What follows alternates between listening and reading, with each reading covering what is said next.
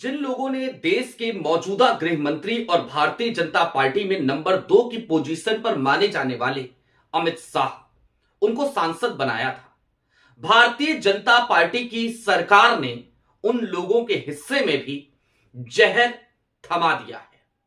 आज की तारीख में जिस वक्त मैं ये वीडियो रिकॉर्ड कर रहा हूं, इंदौर के बाद अब गुजरात में कोहराम मचा हुआ है। 150 से ज्यादा लोग बीमार हैं और इनमें 104 तो सिर्फ और सिर्फ बच्चे हैं।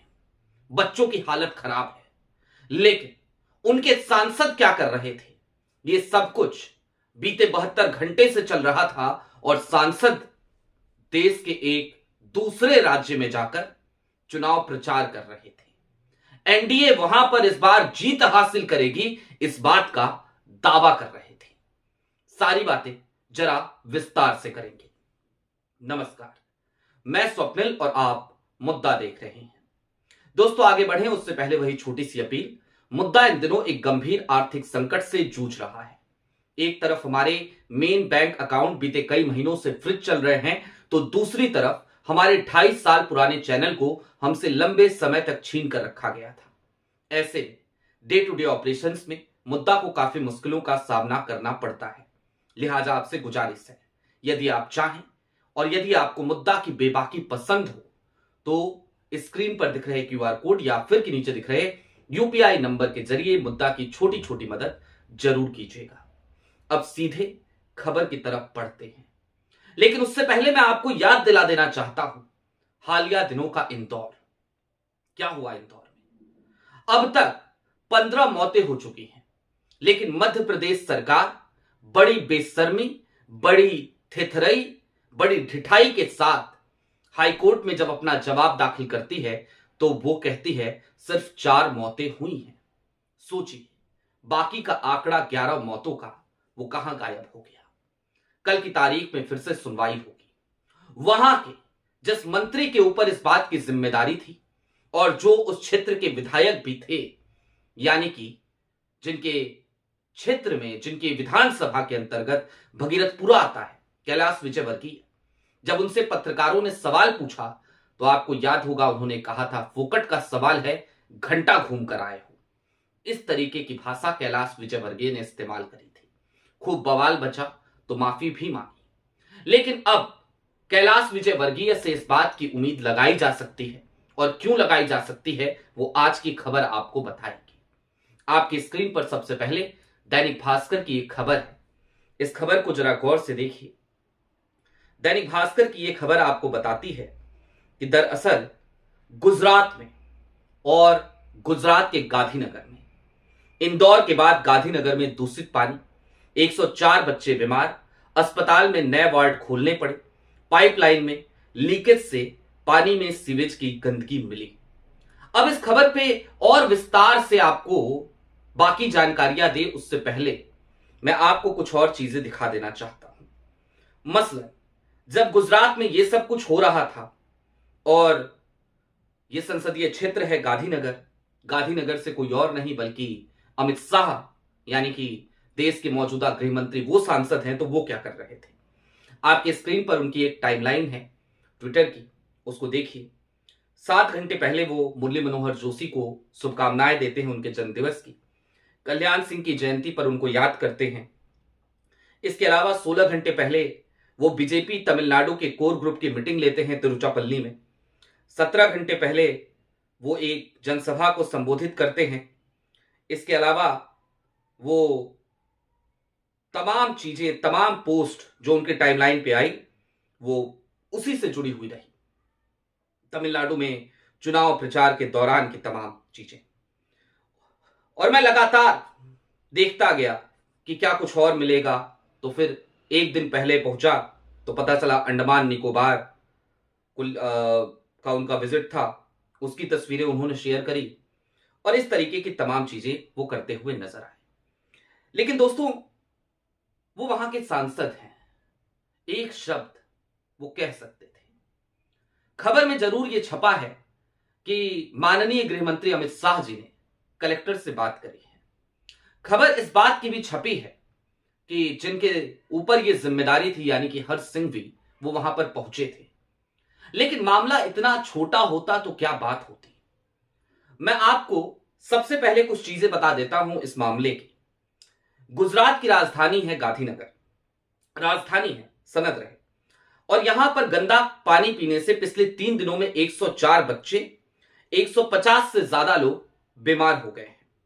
इनमें से 50% बच्चों को टाइफाइड हुआ है। हालात इतने बिगड़ चुके हैं गांधीनगर में कि सिविल अस्पताल में बच्चों को भर्ती करने के लिए नया वार्ड भी खोलना पड़ा है। इंदौर की तरह यहां भी पीने के पाइप की पाइपलाइन जो थी उसमें सीवेज की गंदगी मिल रही थी। शहर के सेक्टर 24, 28 और आदिवाड़ा इलाके के लोग इससे सबसे ज्यादा प्रभावित हैं। प्रशासन ने पानी की सप्लाई जांची तो 10 जगह लीकेज मिले, यानी कि जो पीने की पाइपलाइन जा रही थी उसमें 10 जगह सीवर का पानी जाकर के मिल रहा था। सोचिए ये किस तरीके की व्यवस्था है, और उससे भी ज्यादा कितना असंवेदनशील है ये माहौल कि मौजूदा गृह मंत्री उनके संसदीय क्षेत्र में बच्चे बिस्तर पर पड़े हैं, अस्पतालों में पड़े हैं, और मौजूदा गृह मंत्री वो चुनाव प्रचार में व्यस्त हैं। 75 स्वास्थ्य टीमें हालांकि अब तैनात कर दी गई हैं। 90,000 लोगों की जांच की जा चुकी है। यह ऑफिशियल आंकड़ा जो आ रहा है वो बता रहा हूं। गृह मंत्री अमित शाह और उप मुख्यमंत्री हर्ष सिंघवी ने भी मामले का संज्ञान लिया है। यह भी इस खबर में आया है, जैसा कि मैंने आपको बताया था। डॉक्टरों ने आशंका जताई है कि 20 जनवरी तक मामलों की संख्या 350 का आंकड़ा पार कर जाएगी। अब 3 दिनों में बीमार बच्चों की संख्या कैसे बढ़ी है वो भी जरा जान लीजिए। सिविल अस्पताल के अधीक्षक डॉक्टर मीताबेन पारीक ने दैनिक भास्कर को बताया कि वर्तमान में 104 बच्चे अस्पताल में भर्ती हैं और पिछले 3 दिन में बीमार बच्चों की संख्या में 50% की बढ़ोतरी हुई है। सिविल अस्पताल 1 से 16 वर्ष की आयु के बच्चे सिविल अस्पताल में सबसे ज्यादा इस दूषित पानी से, इस जहर से, जहरीले पानी से वो प्रभावित हुए हैं। मीताबेन के अनुसार बच्चे तेज बुखार, पेट दर्द और उल्टी की शिकायत लेकर आ रहे हैं, जिन्हें फिलहाल फोर्थ फ्लूइड और एंटीबायोटिक्स देकर स्थिर किया जा रहा है। फिलहाल 104 बच्चों का इलाज F2 और E2 वार्डों में चल रहा है। मरीजों की संख्या इतनी बढ़ गई है कि प्रशासन को तुरंत एक नया वार्ड नंबर 604 शुरू करना पड़ा है।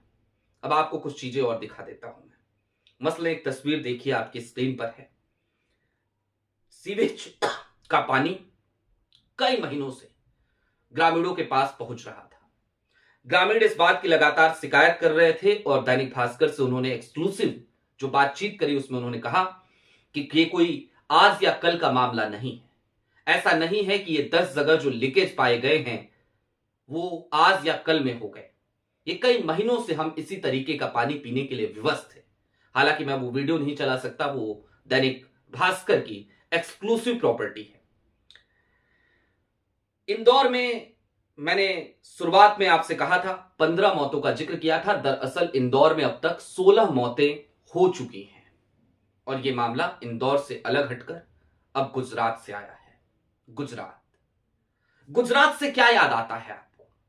मुझे याद आता है 2013-14 का वो साल और गुजरात मॉडल की जय जयकार। हर जगह पीआर, हर जगह एडवर्टीजमेंट, हर जगह प्रचार, और प्रचार में मुख्यतः ये कि जिस तरीके से मोदी जी ने गुजरात को संवारा है उसी तरीके से वो देश की तकदीर और तस्वीर को बदल डालेंगे। इसी पीआर स्टंट के साथ प्रधानमंत्री नरेंद्र मोदी सत्ता पर काबिज होते हैं। आज मैं ये पूछना चाहता हूं, गांधीनगर जो राजधानी है वहां पर यदि इस तरीके की चीजें हो रही हैं तो फिर ये काहे का गुजरात मॉडल है? और उससे भी बड़ी बात ये कि ये संसदीय क्षेत्र किसी और का नहीं है, बल्कि ये संसदीय क्षेत्र है देश के मौजूदा समय में नंबर 2 माने जाने वाले केंद्र सरकार में, यानी कि गृह मंत्री अमित शाह का। यूं तो भारतीय जनता पार्टी को लेकर भी ये कहा जाता है कि प्रधानमंत्री नरेंद्र मोदी के बाद अमित शाह, लेकिन भाजपा को करीब से जानने वाले लोग अच्छी तरीके से जानते हैं कि भाजपा में जो शाह साहब चाहते हैं वही होता है। मैं उन्हें नंबर 1 ही मानता हूं। तो जिस शाह साहब के इशारे पर भारतीय जनता पार्टी में बड़े से बड़ा फैसला यूं चुटकियों में हो जाता है। जिस शाह साहब के इशारे पर कोई भी भारतीय जनता पार्टी का मुख्यमंत्री अपने पद से इस्तीफा दे देता है और उसको रिप्लेस कर दिया जाता है। क्या उन्हीं शाह साहब के संसदीय क्षेत्र में इस तरीके की स्थिति मिल रही है, और वो भी तब जब उन्हीं की पार्टी की सरकार गुजरात में चल रही है। तो फिर इसे किस आईने से देखा जाए, किस नजरिए से देखा जाए।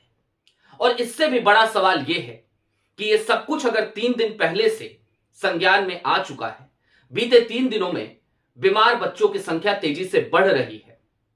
डॉक्टर्स इस बात की आशंका जता रहे हैं कि 350 तक ये आंकड़ा अभी पहुंच जाएगा। आज की तारीख में जिस वक्त मैं ये वीडियो रिकॉर्ड कर रहा हूं, हो सकता है पहुंच भी चुका हूं। और उस वक्त पे बीते 3 दिनों से देश के मौजूदा गृह मंत्री, वहां के सांसद, वो चुनाव प्रचार में व्यस्त थे। क्या ये असंवेदनशीलता की पराकाष्ठा नहीं है? और इससे भी आगे एक बात मैं और यहां पर जोड़ देना चाहता हूं। दोस्तों, चलते चलते इस बात को समझिए और ये सवाल उठाना लाजमी भी है। जिन लोगों ने अमित शाह साहब को सांसद बनाया, वो बीते कई महीनों से जहरीला पानी पीने पर विवश हैं। और अमित शाह साहब जब जहरीला पानी पीकर, जिन्होंने उनको वोट दिया, उनके बच्चे बिस्तर पे पड़े हैं, तो वो चुनाव प्रचार कर रहे हैं। क्या इसे इस तरीके से नहीं देखा जाना चाहिए कि अमित शाह साहब ने अपने ही मतदाताओं को अनाथ सा छोड़ दिया? मैं एक बात आज कहना चाहता हूं, शाह साहब से भी, मोदी जी से भी, इस देश के हर सांसद, हर विधायक से, चुनाव जीतेंगे हारेंगे आप, ये आता जाता रहेगा ये क्रम।